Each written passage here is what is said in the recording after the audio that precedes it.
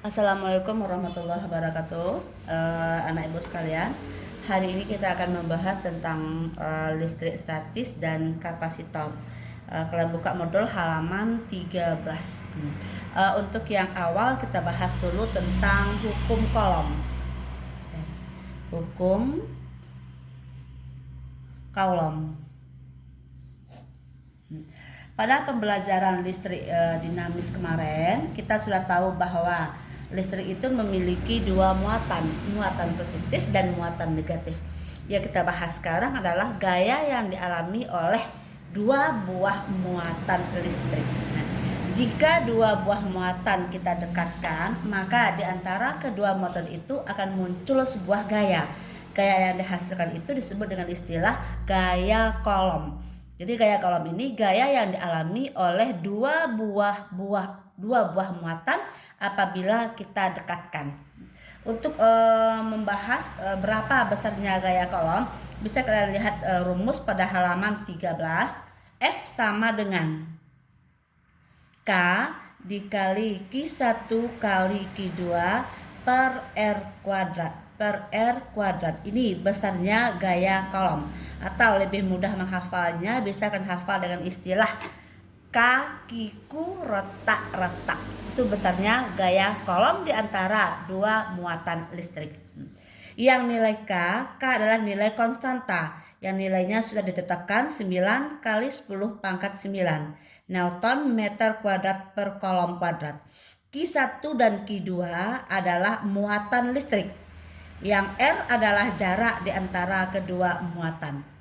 Untuk muatan listrik Q ini satuannya harus dalam bentuk Coulomb yang disingkat dengan huruf C. Kalau dia dalam bentuk muatan mikrocoulomb atau MC, maka harus kita rubah menjadi Coulomb.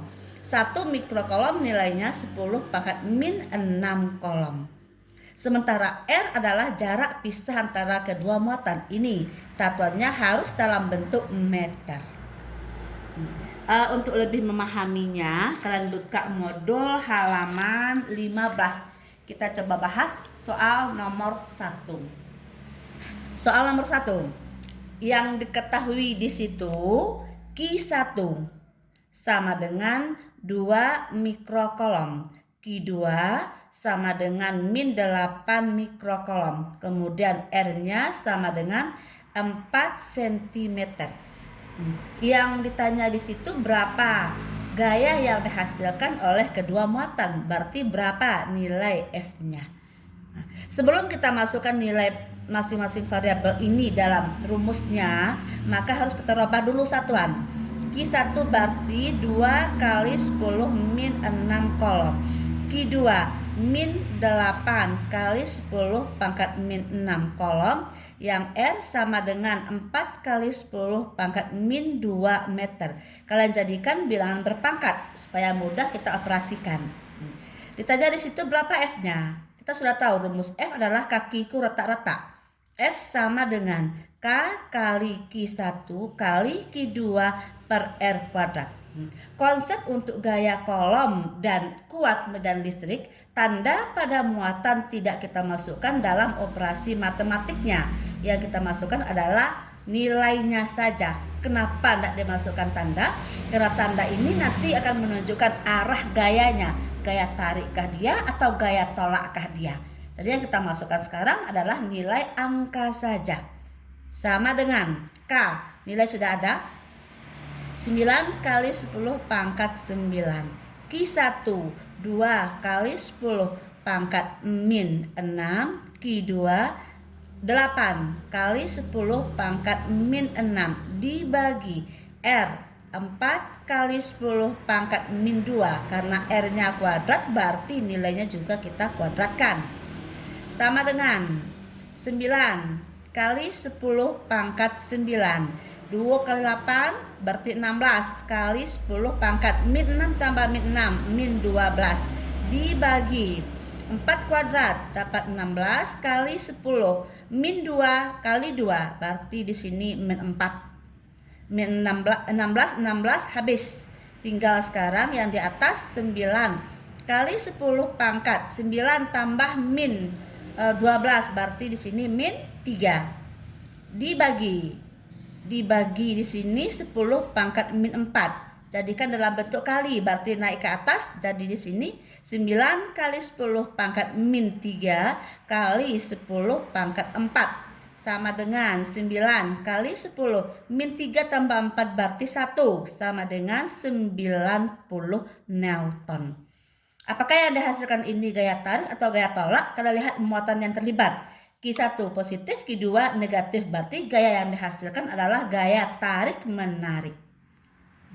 Kemudian kita lanjutkan dengan materi resultan gaya kolom. Kalian buka modul halaman 14.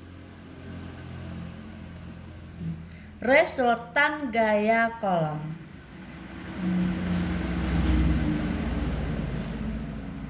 Gaya kolom. Dari konsep yang di atas pada gaya kolom kita sudah bisa memahami bahwa jika dua buah muatan didekatkan maka akan muncul satu buah gaya. Tetapi kalau lebih dari dua buah muatan yang kita dekatkan maka akan muncul lebih dari satu gaya. Lebih dari satu gaya ini yang disebut dengan istilah resultannya. Resultan di sini bisa kita bedakan dua. Yang pertama resultan yang segaris, yang kedua resultan yang membentuk sudut. Yang pertama kita bahas dulu yang segaris. Segaris ini bisa segaris searah atau segaris berlawanan arah.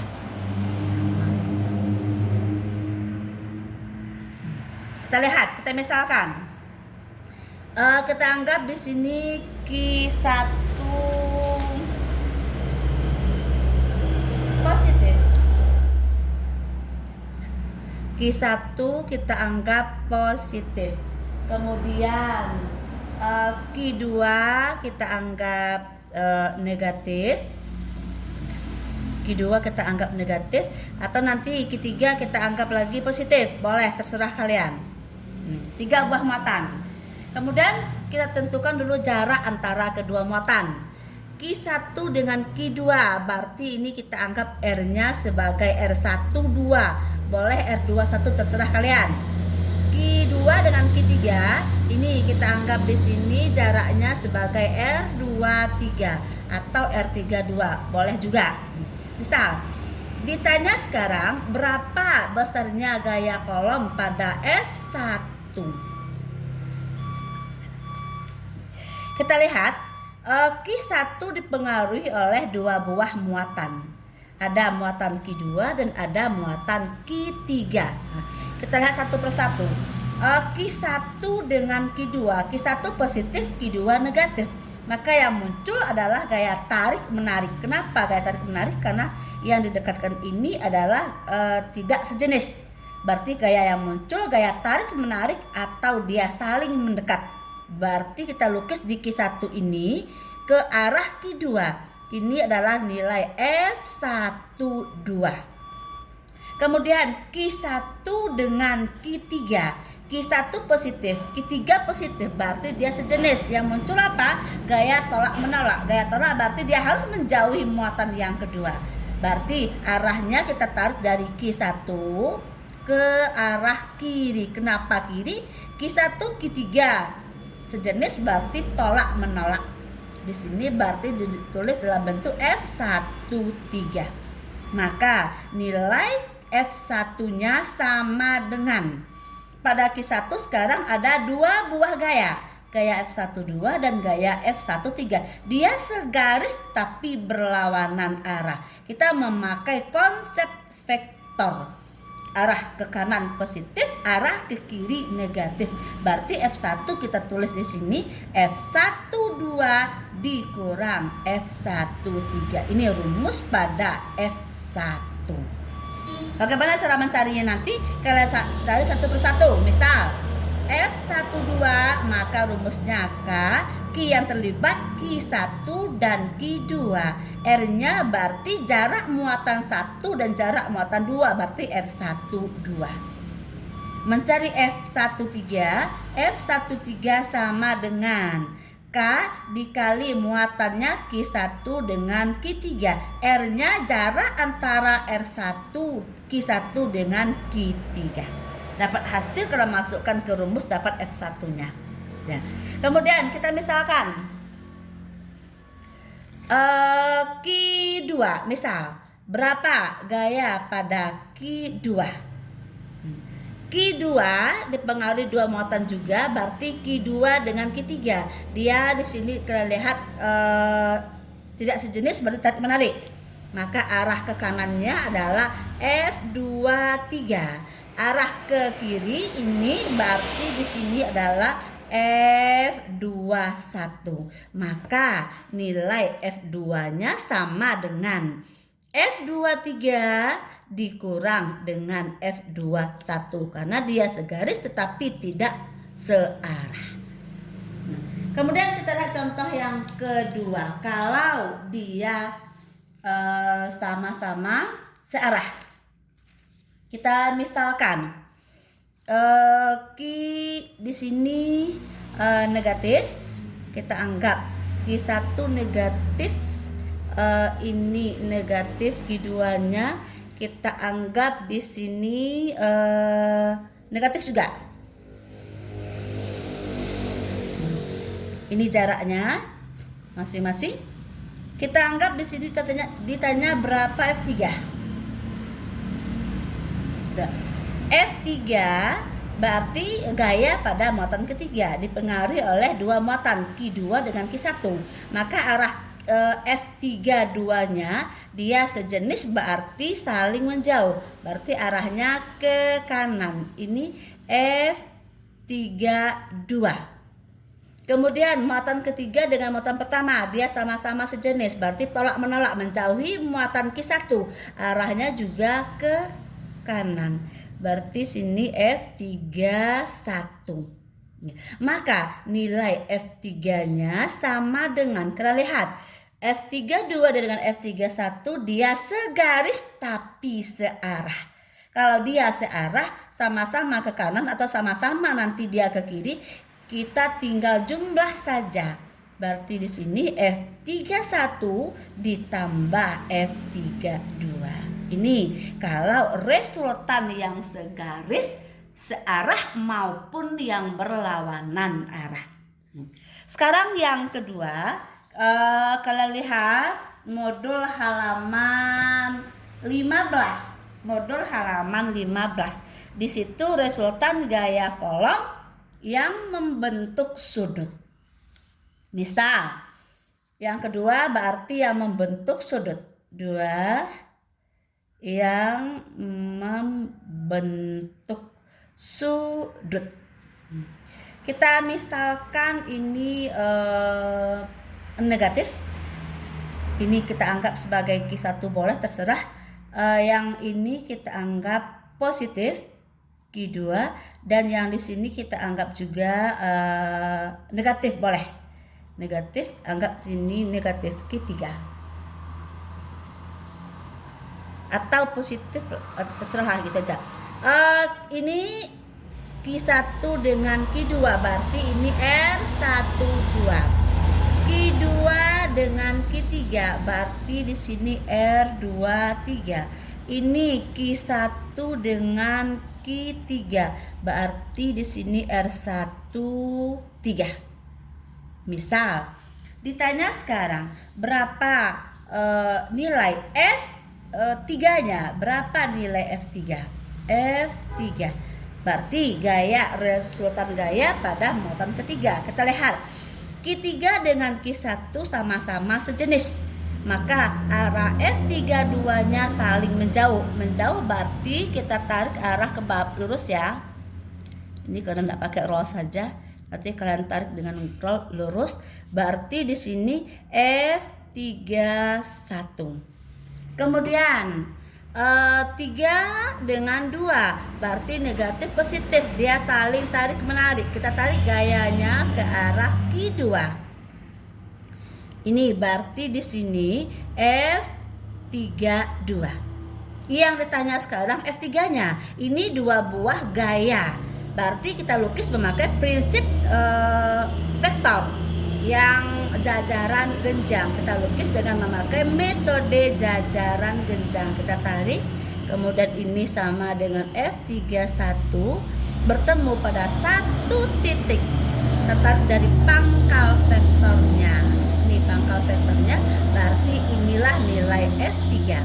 Antara F31 dengan F32 ada sudut apitnya, ini sebesar alfa. Nah, kalau dia membentuk sudut, maka menentukan F3-nya kita pakai konsep trigonometri pada vektor kelas 10. Jadi F3 sama dengan akar F3 1 kuadrat ditambah F3 2 kuadrat ditambah 2 kali F31 kali F32 dikali cos alfa. Ini rumus yang dipakai untuk menentukan sebuah gaya pada resultan gaya kolom yang membentuk sudut. Ingat, alfa ini adalah sudut apit antara kedua vektor. Nah, untuk memahaminya kita lihat contoh soal. Kalian buka contoh soal untuk yang segaris halaman 15. Halaman 15 contoh soal nomor 8. Ini halaman 15 contoh soal nomor 8. Ini yang segaris. Kita ambil salah satu saja. Kita pahami soal. Untuk bisa menyelesaikan resultan ini harus kalian lukis gambarnya. Dua buah muatan Q1 4 mikrokolom, berarti di sini dia positif. Q1-nya positif, Q1 positif. Nilainya 4 mikrokolom. Dan Q2 juga positif. Q2 positif, nilai Q2 sama dengan 9 mikrokolom. Jarak pisah antara kedua muatan berarti Q1 Q2, R-nya nilainya 5 cm. Nilai K-nya sudah ada, 9 kali 10 maka 9. Tentukan letak sebuah muatan Q3 yang bernilai min 1 mikrokolom yang berada pada garis hubung antara muatan Q1 dan Q2. Pada garis hubung antara berarti bukan harus tengah-tengah ya, bukan berarti dia Q3 terletak di tengah-tengah, tidak. Kita misalkan ini letak Q3 muatannya adalah negatif. Negatif ini Q3 sama dengan min 1 mikrokolom. Di mana gaya pada Q3 itu sama dengan 0. Berarti F3-nya sama dengan 0. Nah, apa yang harus kalian tentukan sekarang? Yang pertama, tentukan dulu jarak antara masing-masing muatan. Misal, Q3 dengan Q1. Q3 dengan Q1 jarak belum ada kan? Berarti kita anggap di sini jaraknya X saja. Misal, boleh. Kemudian Q3 dengan Q2, jarak Q1 dengan Q2 5. Berarti Q3 dengan Q1 kita anggap X, maka jarak Q3 dengan Q2 berarti di sini 5 dikurang X. Itu konsep yang pertama.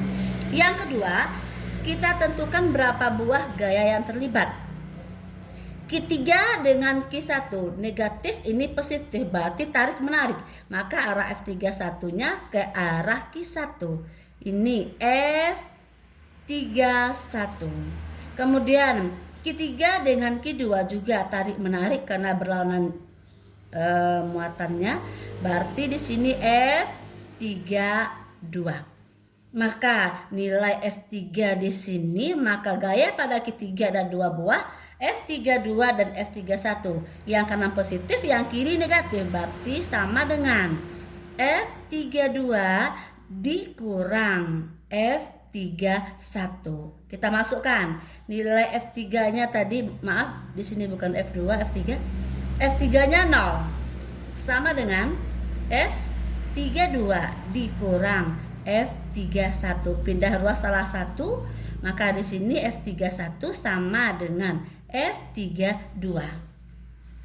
Kita masukkan rumus dasar gaya kolom. Kakiku retak-retak. Q3 Q1 per R31 kuadrat sama dengan Q3 kali Q2 berarti R32 kuadrat. Kalau ada variabel yang sama bisa langsung kita hilangkan. K habis. Q3 sama-sama punya Q3 bisa kita hilangkan. Tinggal di sini apa? Q1 per R31 kuadrat sama dengan Q2 per R32 kuadrat. Kita kumpul sama-sama Q biar mudah nanti penyelesaian. Boleh di sini Q1 per Q2 atau Q2 per Q1 terserah. Yang penting hasil kali silangnya benar. Di sini Q2 berarti di sini R31 kuadrat per R32 kuadrat. Ya, kita masukkan angka. Q1 4, Q2 9 sama dengan R31. Tadi kita anggap R31-nya adalah X. Berarti X R32 sama dengan 5 dikurang X. 5 dikurang X sama-sama kuadrat, kita keluarkan kuadratnya saja biar mudah. Untuk yang ditanya sekarang berapa jaraknya? Berarti letak Q3 dari Q1 atau Q2. Berarti yang ditanya di sini berapa X-nya. Untuk lebih mudah kita sama-sama akarkan biar ini hilang kuadratnya. Dalam matematik berarti kan sama-sama kita akarkan. Akar 4/9 sama dengan akar dari X 5 dikurang X dikuadratkan. Ini dengan ini habis kan? Berarti tinggal tarik akar. Di sini tinggal berapa? 2/3 sama dengan X per 5 dikurang X. Tinggal sekali silang saja. Berarti di sini 3X sama dengan 2 kali 5 10 dikurang 2 kali X berarti 2X. X sama-sama kita keluarkan, pindah ruaskan. Berarti di sini jadinya 3X pindah ruas tambah 2X sama dengan 10. Di sini 5X sama dengan 10, maka X sama dengan 2 cm. Berarti X ini terletak pada jarak 2 cm dari Q1. Berarti Q3 terletak pada jarak 2 cm dari Q1.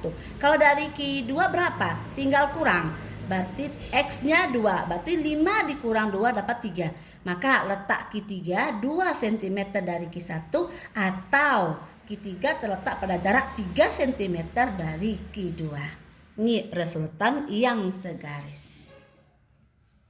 Kemudian yang membentuk sudut.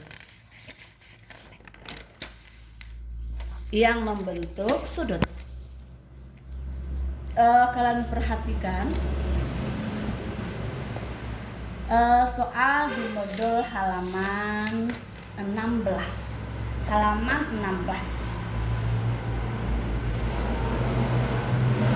Nah, ini contoh soal halaman 16 nomor 6. Ini untuk yang membentuk sudut.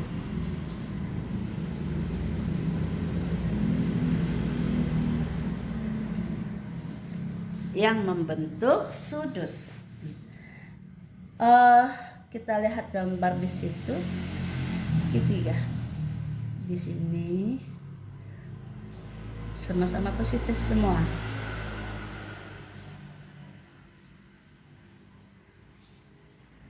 Ini Q3, ini Q1, ini Q2. 5 cm, ini 4 cm. Berarti ini siku-siku ya. Segitiga siku-siku berarti 5 4 berarti sini 3. Ya. Q1 4. Q1 nilainya 4. Kemudian kemudian Q2 4 juga, Q3 3, Q3 3. Yang ditanya kita coba yang nomor A. Berarti yang ditanya gaya kolom yang dialami oleh muatan Q1. Ditanya berapa F1-nya, berarti F1 yang ditanya. F1-nya berapa? Nah, Q1 dengan Q2 dia sejenis, berarti tolak menolak. Maka arah gayanya adalah menjauhi Q2. Anggap sini F1 2. Kemudian Q1 dengan Q3 tolak menolak, berarti arah gayanya menjauhi Q3 ke bawah. Ini F1 3. Mana yang F1 kita lukis dengan memakai metode jajaran genjang. Tarik dari pangkal, berarti ini nilai F1. Ini sudah apit antara kedua vektor alfa. Berapa di sini? Ini adalah siku. Maka menentukan F1 sama dengan akar dari F1 3 kuadrat ditambah F1 2 kuadrat saja. Kenapa rumus yang panjang kita pakai? Karena sudut di sini adalah 90. Cos 90 0. Jadi kalau sudutnya 90, kita penggal saja sampai di sini saja ini. Nah, kalian cari satu persatu nanti berapa F1-3-nya berapa, F1-2 berapa, masukkan ke sini, dapat nanti nilai F1-nya. Kalau misalnya ditanya F2 pada muatan Q2, berarti F2-nya. Tetap uraikan. Q2 berarti perginya ke sini, terus ke bawah ya. Ini F2 3 positif tolak menolak menjauhi. 2 dengan 1 dia juga tolak menolak, berarti arah keluar. Ini F2 1. Maka F2-nya mana kita lukis dengan memakai metode jajaran genjang. Di sini tarik dari pangkal, lurus dari pangkal. Ini nilai F2-nya. Ini adalah sudut apit antara kedua vektor. Karena dia tidak sama dengan 90, maka tetap kita pakai yang panjang. Berarti F2 sama dengan akar dari F2 1 kuadrat ditambah F2 3 kuadrat ditambah 2 kali F2 1 kali F2 3 kali cos alfa. Ini jika sudutnya tidak sama dengan 90. Jika alfanya sama dengan 90, maka kita pakai yang ini. Kalau alfanya tidak sama dengan 90, maka kita pakai yang rumus yang ini. Bisa dipahami kira-kira? Itu untuk gaya kolom.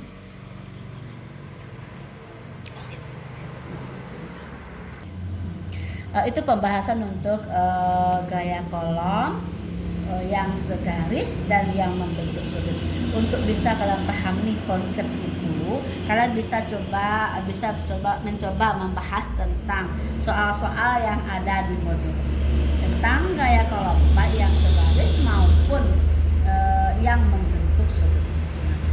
Untuk video selanjutnya nanti akan Ibu lanjutkan dengan medan listrik. Terima kasih. Assalamualaikum warahmatullahi wabarakatuh.